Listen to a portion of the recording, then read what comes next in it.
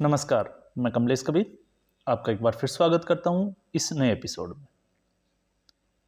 सबसे पहले आप सभी को नए साल की मुबारकबाद और 2024 आपके लिए बहुत सारी खुशियां लाए।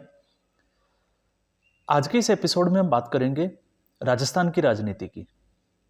पिछले कुछ दिनों से आपने देखा होगा, जब से विधानसभा चुनाव हुए हैं तब से लगातार, चाहे वो चुनावी विश्लेषक हो, चाहे जिन्हें हम पॉलिटिकल पंडित कहें, चाहे पार्टियां कहें, सबकी भविष्यवाणियां जो है वो धरी की धरी रह गई। एग्जिट पोल तक जो है वो उलट हो गए, आप सभी को पता है। और लोग जो है वो अंदाजा भी नहीं लगा पाए कि क्या होने वाला है। और उसी कड़ी में अगर हम देखें तो आपने देखा होगा कि जब चुनाव संपन्न हुए उसके बाद में एग्जिट पोल जो आए उसमें एक दो को छोड़ के जो है लगभग सारे जो एग्जिट पोल है वो ये दिखा रहे थे कि कांग्रेस पार्टी की जो है वो सरकार बनेगी या वो कड़ी टक्कर देगी। और एग्जिट पोल में एक दूसरा सर्वे इसके साथ में हुआ और वो सर्वे था मुख्यमंत्री पद का जो है वो चेहरा कौन होगा। और उस स्थिति में जो है वो अशोक गहलोत के बाद में दूसरा नंबर आता था बाबा बालकनाथ का, जो भारतीय जनता पार्टी के जो है वो सांसद थे। और आज स्थिति ये हो गई कि जिनको मुख्यमंत्री के चेहरे के रूप में देखा जा रहा था, आज उनको कैबिनेट में मंत्री की मंडल में, या इसको हम कहें कि मंत्री पद भी नहीं मिला। तो ऐसा भारतीय जनता पार्टी ने सबको चौंका क्यों दिया, इसके पीछे क्या कारण हो सकते हैं, हम उनकी समीक्षा करेंगे।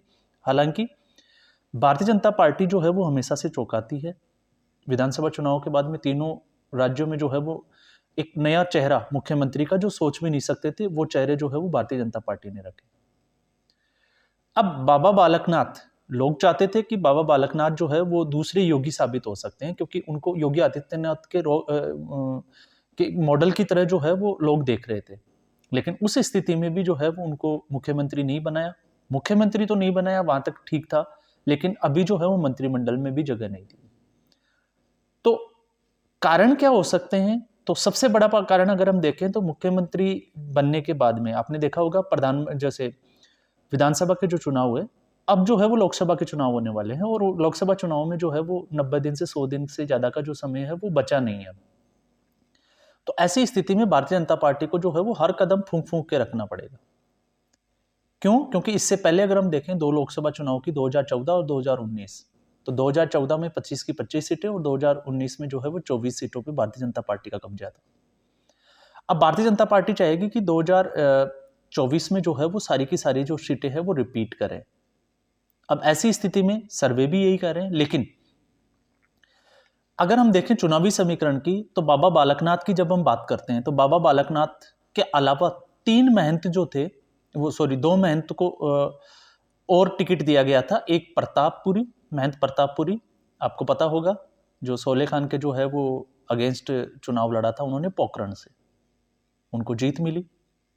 इसके अलावा बाबा बालकनाथ तिजारा सीट से, हालांकि वो इसी सीट से जो है वो अलवर से सांसद भी रहे, और ये मस्तनाथ जो पीठ है उसके जो है वो उत्तराधिकारी माने जाते हैं और चांदनाथ के शिष्य हैं। लेकिन अगर समाज की बात करें तो ये यादव समाज से आते हैं। और तीसरे थे बाल मुकुंदाचार्य, जो जयपुर की हवा महल सीट से जिन्होंने चुनाव लड़ा था। 6170-75 वोटों के आसपास जो है वो बाबा बालकनाथ की सीट का अंतर रहा, और यहाँ से इन्होंने जो है वो कांग्रेस पार्टी के इमरान खान को कड़ी टक्कर दी। और कहीं ना कहीं अगर हम देखें तो बीजेपी का जो ध्रुवीकरण की जो राजनीति का जो पैतरा जिसको हम कहें, तो ये बाबा बालकनाथ जो थे उसमें कुछ हद तक नहीं कहेंगे हम, काफी हद तक जो है वो कामयाब रहे। तीन संतों को टिकट दिया और तीनों की जीत होने से ये दिखाता है कि इससे जो है वो मतदाता बाहर निकले और उन्होंने वोट किया, तो बीजेपी जो है वो ध्रुवीकरण में कामयाब रही। इधर अगर हम देखें पोखरण सीट से, तो वहां पे प्रतापपुरी की जो है वो बम्पर वोटों से जीत मिली, और 601 वोट के आसपास जो है वो अपने बाल मुकुंदाचार्य को हवा महल सीट से जीत मिली। अब एक इनका चुनावी समीकरण ये हो सकता है कि अगर एक बाबा बालकनाथ को अगर कैबिनेट में एडजस्ट किया जाता है तो बाकी दो जो संत है उनको एडजस्ट क्यों नहीं किया गया, ये एक जो है वो सुर उठ सकता है संत समाज में। तो हो सकता है इस वजह से इन्होंने नहीं किया हुआ। लेकिन भारतीय जनता पार्टी की रणनीति कुछ जो है वो अलग होती है। दूसरा जो कारण बनता है, सबसे बड़ा जो कारण होता है जातिगत समीकरण। क्योंकि कोई भी पार्टी हो, अगर किसी भी स्टेट में, प्रदेश में अगर उसको सीट निकालनी है, तो सीट पे जब कैंडिडेट का जब नाम तय किया जाता है, उम्मीदवार का जब नाम घोषित किया जाता है, तो वो ज़्यादातर जो है वो जातिगत आंकड़ों के मुताबिक किया जाता है। तो ऐसी स्थिति में बाबा बालकनाथ जो है वो यादव समाज से आते हैं, और राजस्थान की अगर हम बात करें तो राजस्थान में जो है वो लगभग 6 सीटों के आसपास जो है वो यादवों का, जो जिसको हम कहते हैं कि यादव समाज, उसको प्रभावित करते हैं। तो ओवरऑल अगर देखें तो इसमें जो है वो सीटों का आंकड़ा बहुत कम है। तो हो सकता है ऐसी स्थिति में जो है वो चुनावों के मद्देनजर यादव समाज को जो है वो थोड़ा सा, जिसको हम कहें कि ऑलरेडी मोहनलाल यादव को जो है वो मध्य प्रदेश, जो कि राजस्थान का बॉर्डर स्टेट है, वहाँ पे सीएम बनाया। तो हो सकता है यादव समाज से इसलिए जो है इनको मुख्यमंत्री तो नहीं कह सकते, लेकिन मंत्री भी नहीं बनाया गया। तो ये दो जो है वो बड़े फैक्टर हो सकते हैं। एक जातिगत फैक्टर, वैसे अगर हम देखें तो 2 दर्जन के आसपास 24 सीटों में जो है वो यादव बाहुल्य जो है वो क्षेत्र आते हैं, लेकिन ज़्यादातर जो अगर हम देखें तो लगभग 6 सीटों पे इनका जो है वो प्रभाव ज़्यादा माना जाता है।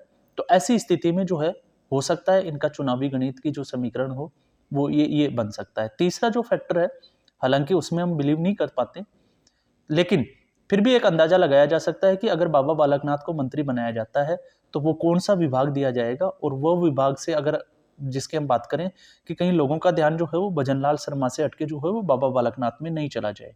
क्यों? क्योंकि उनके जो रोल मॉडल माने जाते हैं योगी आदित्यनाथ, वो कैसी राजनीति करते हैं ये सभी को पता है, और बाबा बालकनाथ जो है उनके तेवर भी जो है काफी बार देखे गए हैं।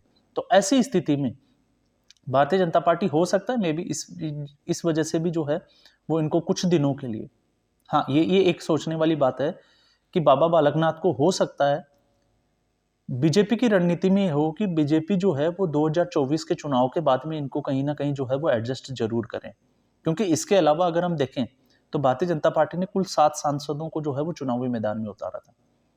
तो एक चीज तो तय थी, अगर उनको लोकसभा चुनाव वापस से लड़ाना होता भारतीय जनता पार्टी को, तो इससे पहले वो सांसद पद की जो है वो सदस्यता जो है वो उनका उससे जिसको कहते हैं कि इस्तीफा नहीं दिलवाते, लेकिन उन्होंने जो है वो सांसद पद से इस्तीफा दिया और राजस्थान की राजनीति में वो पूरी तरीके से आ गए।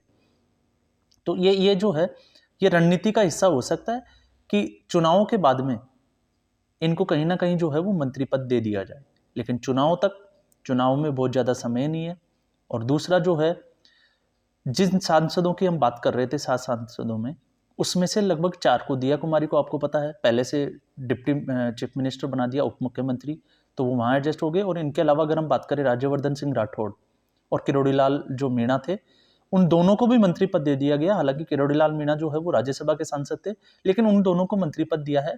तो बचते हैं बाबा बालकनाथ। तो बाबा बालकनाथ जो है, हाँ हालांकि उनके समर्थकों को जो है वो बहुत बड़ा झटका लगा है, और देर सवेर आपको पता होगा जिस दिन चुनाव का परिणाम नतीजे घोषित हुए उसके बाद में गोगा मेडी की हत्या के बाद में जो है वो राजस्थान पूरे प्रदेश में एक बड़ी आवाज ने जो है वो जिसको कहते हैं कि जोर पकड़ा था, और वो था बाबा बालकनाथ को मुख्यमंत्री बनाया जाए। क्यों बनाया जाए? क्योंकि योगी आदित्यनाथ, जैसे आपने देखा होगा कि जो गुंडों के खिलाफ और जो माफिया थे उनके खिलाफ उनका जो एक्शन है, रणनीति है, वो क्या रहती है। तो राजस्थान में भी लोग ये चाहते थे कि वही एक्शन और वही रणनीति जो है वो राजस्थान में देखने को मिलनी चाहिए। जो हत्यारे पकड़ में आते हैं उनको एनकाउंटर होना चाहिए। इसको लेके भी जो है वो बड़ी आवाज जो है वो प्रबल हुई थी, और वसुंधरा राज्य के खिलाफ जो है वो नारे भी लगे थे, क्योंकि लोग जो है वो वसुंधरा राज्य को दोबारा से तीसरी बार जो है, क्योंकि 2 बार वो मुख्यमंत्री रह चुकी है, तो तीसरी बार जो है उनको मुख्यमंत्री के रूप में देखना नहीं चाहते थे। तो ये जो स्थिति थी ये बनी हुई थी। अब ये जो है हम सिर्फ एक अनुमान लगा सकते हैं कि भारतीय जनता पार्टी की ये एक रणनीति हो सकती है, लेकिन इससे इतर अगर हम बात करें तो भारतीय जनता पार्टी की रणनीति क्या है? क्योंकि भारतीय जनता पार्टी अगर हम देखें तो 12 महीने जो है वो चुनावी मोड में रहती है। ये कभी जो है वो रेस्ट मोड में, अगर हम कहें दूसरी पार्टियों की तरह कि चुनाव हो गए 5 महीने 1 साल के लिए जो है वो सोते हुए हैं, फिर उसके बाद में जब दोबारा से चुनाव होने हैं तो उस वक्त इन्होंने जागना है, ऐसा नहीं होता। तो ये पूरे 5 साल और 12 महीने की अगर हम बात करें तो 12 महीने, और 24 घंटे की अगर हम बात करें तो 24 घंटे भारतीय जनता पार्टी जो है वो चुनावी मोड में रहती है। तो ऐसी स्थिति में अगर इन्होंने ये डिसीजन लिया है तो इनकी एक खास रणनीति का एक ये हिस्सा हो सकता है। और वो रणनीति जो है वो सामने कब आएगी? ये कुछ दिनों में, जब चुनावों की घोषणा हो जाएगी तो उसके बाद में ये रणनीति सामने आएगी कि भारतीय जनता पार्टी जो है वो बाबा बालकनाथ को कैसे एडजस्ट करने वाली है, और उसका इम्पैक्ट क्या होगा, उसका इफेक्ट क्या होगा, वो लोकसभा चुनाव में हमें देखने को मिलेगा। और लोकसभा चुनाव तक अगर वो कामयाब हो जाते हैं तो उसके बाद में बाबा बालकनाथ का उन्होंने क्या करना है वो आप सभी लोग जानते हो, क्योंकि भारतीय जनता पार्टी ऐसे फैसलों में जो है वो हमेशा चौंका देती है। तो आज के एपिसोड में बस इतना ही। उम्मीद करूंगा आपको ये एपिसोड पसंद आया होगा। पसंद आया लाइक करें, शेयर करें और चैनल को सब्सक्राइब जरूर करें। धन्यवाद।